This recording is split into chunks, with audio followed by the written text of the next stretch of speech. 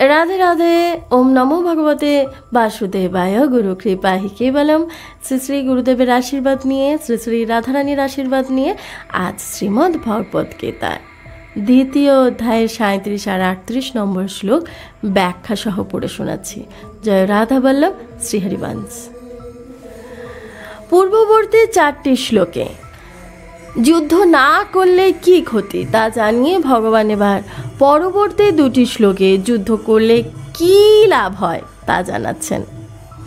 হত বা প্রাণশাসী স্বর্গং জিতবা বা ভক্ষসে মহিম তস্মাদ উত্তিষ্ঠ কুন্তেয় যুদ্ধায় কৃত নিশ্চয়।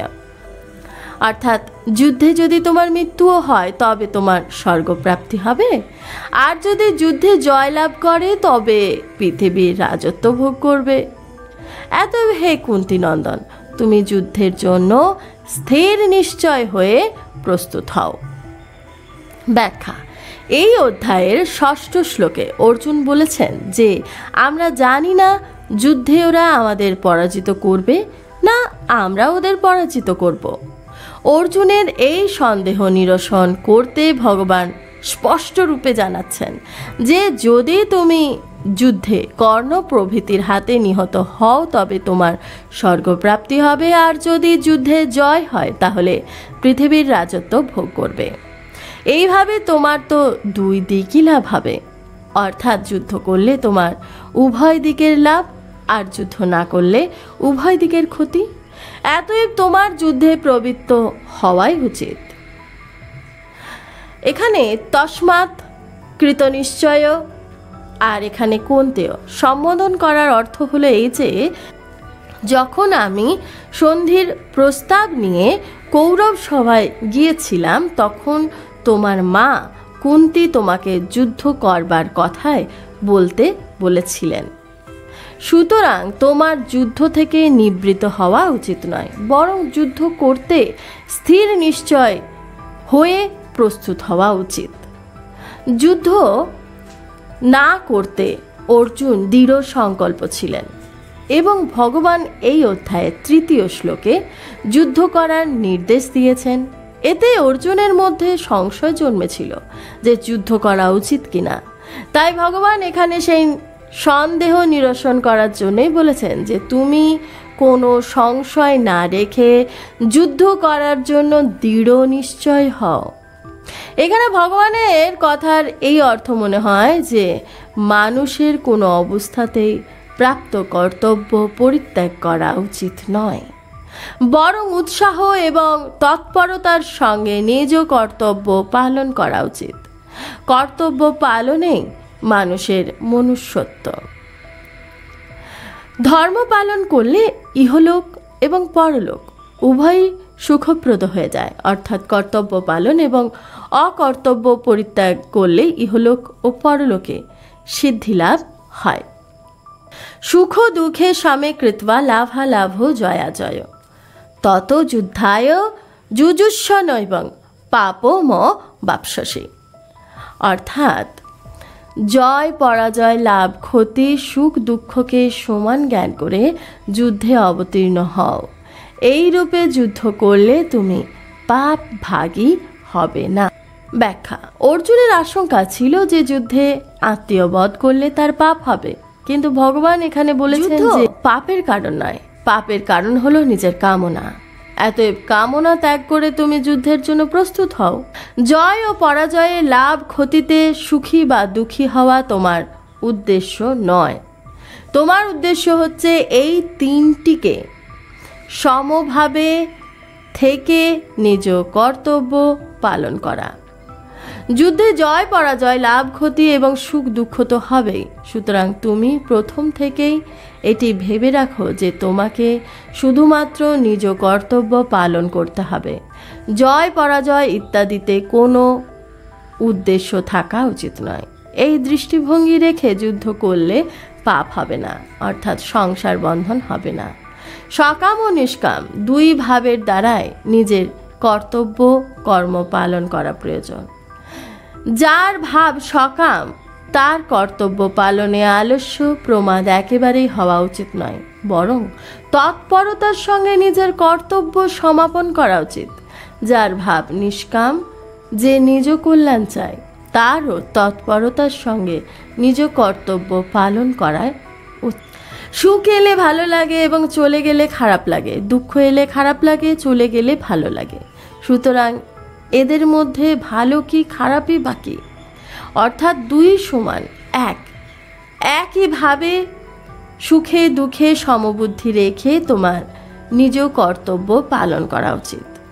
তোমার কোনো কর্মেই সুখের লোভে পবিত্র হওয়া উচিত নয় এবং দুঃখের ভয়ে নিবৃত হওয়াও উচিত নয়। কর্মে তোমার প্রবৃত্তি এবং নিবৃত্তি শাস্ত্র অনুযায়ী যেন হয়।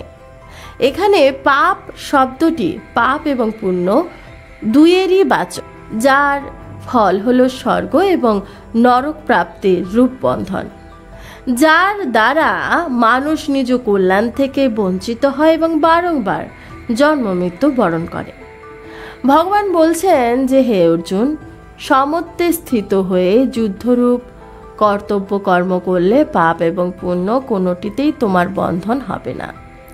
ভগবান 31তম শ্লোক থেকে 38তম শ্লোক পর্যন্ত 8টি শ্লোকে কয়েকটি বৈশিষ্ট্যপূর্ণ ভাব প্রকট করেছেন। যেমন এক, কোনো কিছুর ব্যাখ্যা করতে হলে বা কোনো বিষয় বোঝাতে গেলে কি করতে হবে, ভগবান সেই শৈলী এই 8টি শ্লোকে জানিয়েছেন।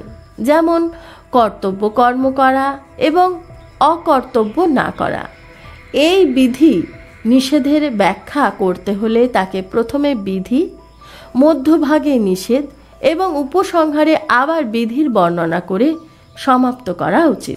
ভগবান এখানে প্রথমে 31-32 শ্লোক দুটিতে কর্তব্য কর্ম করলে যে লাভ হয় তার বর্ণনা করেছেন। পরে মধ্যভাগে 33 থেকে 36তম 4টি শ্লোকে কর্তব্য কর্ম না করলে কি ক্ষতি হয় তার বর্ণনা করেছেন এবং শেষে 37 ও 38 দুটি শ্লোকে কর্তব্য কর্ম করলে কি লাভ হয় তার বর্ণনা করে কর্তব্য কর্ম করার আজ্ঞা দিয়েছেন। প্রথম অধ্যায়ে অর্জুন তার মতের সপক্ষে যে যুক্তি দিয়েছিলেন, এই 8টি শ্লোকে ভগবান তার সমাধান করেছেন। যেমন অর্জুন বলেছেন, আমি যুদ্ধ করাতে কোনো কল্যাণ দেখতে পাচ্ছি না। ভগবান বললেন, ক্ষত্রিয়ের পক্ষে ধর্মযুদ্ধ অপেক্ষা শ্রেষ্ঠ কোনো কল্যাণ সাধনই নেই। অর্জুন জিজ্ঞাসা করেছেন, যুদ্ধ দ্বারা আমি কিভাবে সুখী হতে পারি? উত্তরে ভগবান জানিয়েছেন, যে ক্ষত্রিয়ের এইরূপ ধর্মযুদ্ধ সামনে এসে পড়ে সেই ক্ষত্রিয়ই সুখী হয়। অর্জুন বলেছেন, যুদ্ধ করার পরিণাম নরক প্রাপ্তি। ভগবান বললেন, যুদ্ধ করলে স্বর্গপ্রাপ্তি হয়। অর্জুন বলেছেন, যুদ্ধ করলে পাপ হয়। ভগবান জানালেন, যুদ্ধ না করলে পাপ হয়। অর্জুন বলছেন, যুদ্ধ করলে পরিণামে ধর্মনাশ হয়। ভগবান বলছেন, যুদ্ধ না করলে ধর্মনাশ হয়। অর্জুনের ধারণা ছিল যে যুদ্ধরূপী ঘোর কর্ম পরিত্যাগ করে ভিক্ষার দ্বারা জীবন নির্বাহ করা তার পক্ষে শ্রেয়কর, কিন্তু ভগবান তাকে যুদ্ধ করতে নির্দেশ দিলেন। উদ্ভবের মনে ইচ্ছা ছিল ভগবানের সঙ্গে থাকার, কিন্তু ভগবান তাকে উত্তরাখণ্ডে গিয়ে তপস্যা করতে আদেশ দিলেন। এর অর্থ এই যে নিজ ইচ্ছা বা আগ্রহ ত্যাগ না করলে কল্যাণ হয় না। এই আগ্রহ যে প্রকারেই হোক না কেন তা উদ্ধারের পথেই বাধা স্বরূপ। ভগবান এই অধ্যায়ের 2য় 3য় শ্লোকে যে কথা সংক্ষেপে বলেছেন সেগুলি এখানে বিস্তারিত জানানো হয়েছে। যেমন পূর্বে বলেছেন যে অনার্য জুষ্টম, এখানে ধর্মার্থী যুদ্ধাশ্রেয় হন্নত বলেছেন, আগে অস্বর্গম বলেছেন এবং এখানে স্বর্গদ্বারম পাবৃতম বলেছেন। আগে বলেছেন অকৃত্তিকরম, এখানে বলেছেন অকৃত্তিং চাপি ভূতানি কথয়িষ্যন্তি তেহ ব্যয়ম। আগে বলেছেন যুদ্ধের নির্দেশ ত্যক্ততিষ্ঠ পরমন্তব্য, সেই নির্দেশ এখানেই দিয়েছেন তত যুদ্ধায় যুজ। গীতা ব্যবহারিক ক্ষেত্রে পরমার্থ লাভের বিশেষ শৈলী অবগত করায়, যাতে মানুষ যে কোনো পরিস্থিতিতে অবস্থান করেও শাস্ত্রবিহিত সর্বপ্রকার কর্ম করেও নিজ কল্যাণ করতে সক্ষম হয়। অন্যান্য গ্রন্থ আদিতে প্রায়শই বলা হয়ে থাকে যে যদি নিজ কল্যাণ চাও তাহলে সব কিছু পরিত্যাগ করে সাধু হও, নির্জনে বসবাস করো, কারণ ব্যবহারিক জীবন ও পরমার্থ দুই একসঙ্গে চলতে পারে না। কিন্তু গীতায় বলা হয়েছে আপনি যেখানেই থাকুন, যে মতবাদই মানুন, যে সিদ্ধান্তকেই মেনে নিন, অথবা যে ধর্ম বর্ণ সম্প্রদায় আশ্রমেরই হন না কেন, গীতা অনুযায়ী চললে অবশ্যই আপনার কল্যাণ হবে। একান্তে বাস করে বহু বৎসর সাধনা করে মুনি ঋষিরা যে তত্ত্বপ্রাপ্ত হন, গীতা অনুযায়ী চললে জাগতিক সম্পর্কযুক্ত হয়েও সেই তত্ত্বের প্রাপ্তি হতে পারে। সিদ্ধি অসিদ্ধিতে সমভাবে থেকে নিষ্কামভাবে কর্তব্য কর্ম করাই হলো গীতা অনুযায়ী চলা। যুদ্ধের থেকে বেশি ঘোর পরিস্থিতি ও প্রবৃত্তি আর কি হতে পারে? যুদ্ধের মতো ভয়ঙ্কর পরিস্থিতি ও প্রবৃত্তিতেও যদি মানুষ তার কল্যাণ করতে সক্ষম হয়, তাহলে এমন কোন পরিস্থিতি আছে যাতে অবস্থান করে মানুষ তার কল্যাণ না করতে পারে?